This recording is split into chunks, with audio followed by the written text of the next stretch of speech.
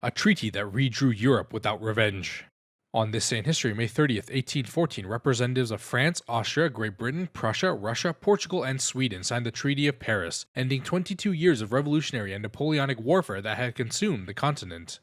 By early 1814, Napoleon's empire was collapsing. After his disastrous invasion of Russia in 1812, which destroyed the Grande Armée, European powers formed a coalition to push French forces back across the Rhine. Prussia had already defected through the Treaty of Calais in February 1813, joining Russia against its former ally.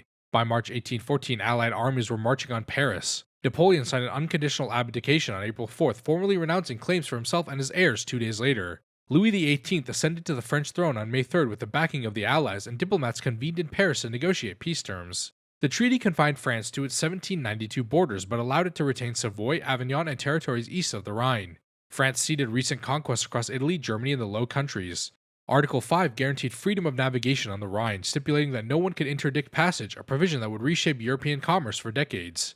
Controversially, France committed to prohibiting slave importation into its colonies only after 5 years, effectively allowing the trade to continue until 1819, a concession that undermined the treaty's ethical force, while accommodating colonial commerce. The Allied powers chose leniency over vengeance, avoiding the punitive excesses that would poison European relations a century later. The treaty's moderation contributed to 33 years of continental stability. However, critics argued it failed to adequately deter French revanchism, as evidenced by Napoleon's return during the 100 Days just 10 months later. If you've learned something, consider dropping a like and subscribing to my channel. Your support would mean the world to me.